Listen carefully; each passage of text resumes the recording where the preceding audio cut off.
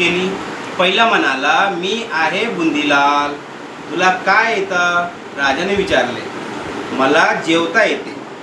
हे उत्तर ऐकून सर्व मंडळी हसली. राजा म्हणाला, ठीक आहे, तुम्ही जेवायला या. दुपारी तुमची परीक्षा घेऊ आणि तुम्हाला योग्य ते बक्षीस देऊ. नंतर दुसरा म्हणाला, माझा नाव गादीराव, तुला काय येतं? राजाने विचारले. त्यानं म्हटलं, मला झोपता येते. दरबारात पुन्हा हसा पिकला.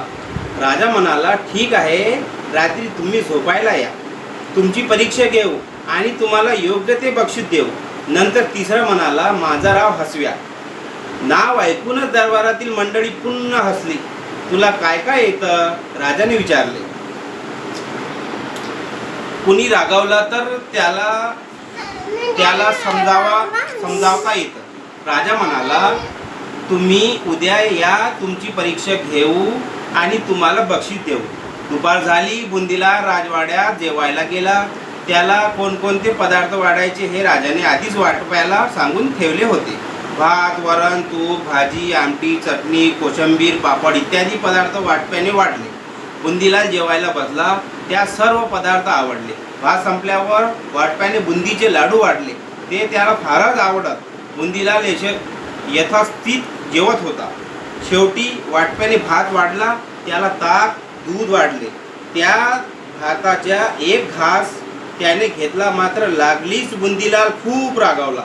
तो ओरडून म्हणाला, अरे मूर्खा, भातावर गाईचं किंवा म्हशीचं दूध वाढायचं, त्याऐवजी गाढवीचं दूध वाढलंय का? की थांब, आत्ताच राजाला जाऊन सांगतो. असे म्हणून बुंदीलाल उठला. राजाकडे गेला आणि घडलेली हकीकत त्याला सांगितली.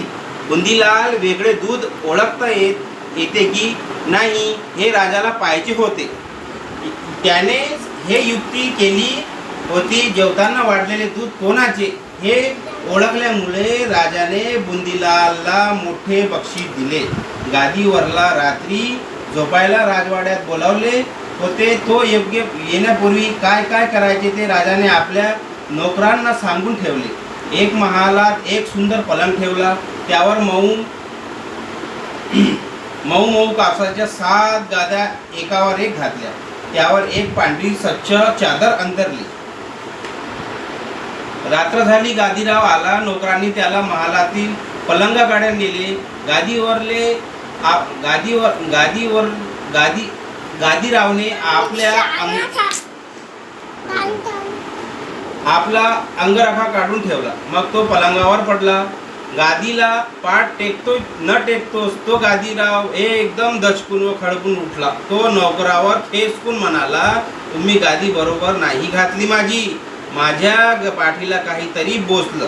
पाहून गादी खाली काय आहे ते. नोकरांना एक गादी काढली, दुसरी काढली, तिसरी काढली, काही सापडले नाही. असे होता होता शेवटी 7वी गाडी काढली. तेव्हा तिच्या खाली एक बारीक तार आढळली. गादीराव रागावून म्हणाला, तुम्हाला पलंग नीट नाही झाडता येतं?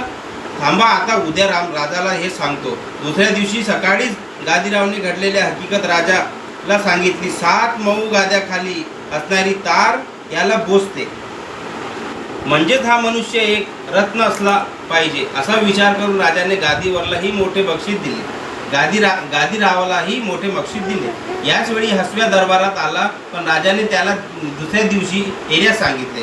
त्यानंतर राजाने राणीला म्हणाला, तू आज माहेरी जा आणि 3 महिन्यांनी परत ये. त्यापूर्वी तुला बोलावणं आला तरी येऊ नकोस. दुसऱ्या दिवशी हसव्या दरबारात आला. हे तिसरं आहे हसव्या. राजा त्याला म्हणाला, तू कोणाच्याही राग घालवता येतो ना?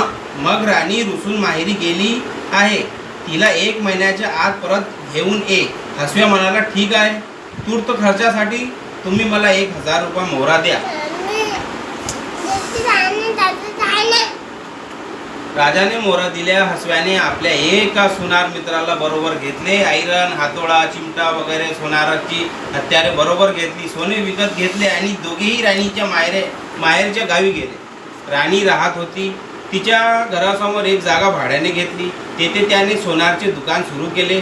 सकाळी उठल्यापासून तो रात्री झोपेपर्यंत तो सोनार काम करीत बसे. रात्र झाली की सोनार झोपे आणि हसव्या काम करू लागे. अशा रीतीने 24 तास त्या दुकानात ठोकाठोक चालू असायची. या ठोकाठोकीने समोर राहणाऱ्या राणीला झोप येईना. तिने आपल्या दासीला दुकानात जाऊन ठोकाठोक बंद करायला सांगितले.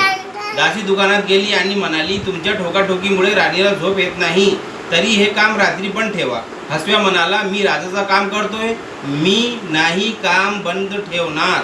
दासीनं हा निरोप राणीला सांगितला. मग राणी स्वतः दुकानात येऊन रागाने म्हणाली, काय रे, दुकान रात्रीचं बंद ठेवतोस की नाही? तेव्हा हसव्या म्हणाला, आज 8 दिवसांनी राजासाहेब नवीन लग्न करणार आहे.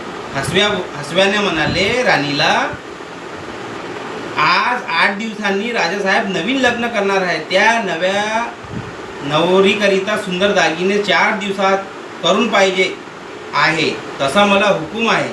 मग रात्री काम बंद कसं ठेवू? काय आणखी एक लग्न? राणी म्हणाली, काय आणखी एक लग्न करणार आहेत राजासाहेब? आत्ता मात्र राणी आणखीच रागावली. आत्ता जाते आणि कसं दुसरं लग्न करतात ते पाहते. राणी तडक राजधानीला जायला निघाली. त्यावेळी हसव्या आणि तो सोनार देखील राजधानीला यायला निघाले. राणी परत आली. ती राजाकडे तडक गेली. ती त्याला ताट बोलू लागली. ह्या दुसऱ्या लग्नाची भानगड काय आहे ते राजाला काही उमजेना. याने राजा के कुछ समझ में नहीं आ रहा था. इतक्यात हसव्या तेथे आला. तेव्हा सर्व लख्ख प्रकाश पडला. हसव्याने राणीला एका आठवड्याच्या आत माहेराहून परत आणले. याबद्दल राजाने खुशीने हसव्याला मोठे इनाम दिले. तर अशा रीतीने तिघांनाही मोठे बक्षिसे मिळाली. मग बुंदीलाल, गादीराव आणि हसव्या आपल्या गावी परत जायला निघाले. पण राजाने या 3 रत्नांना आपल्या दरबारी ठेवून घेतले. यानी राजा ने वो तीनों को भी अपने दरबार के अंदर में एक हमेशा के लिए रुकने के लिए कह दिया. ये 3 रत्न इसे कहते हैं, एक दिमाग से जो चीज़ें होती है वो चीज़ें काहे से नहीं.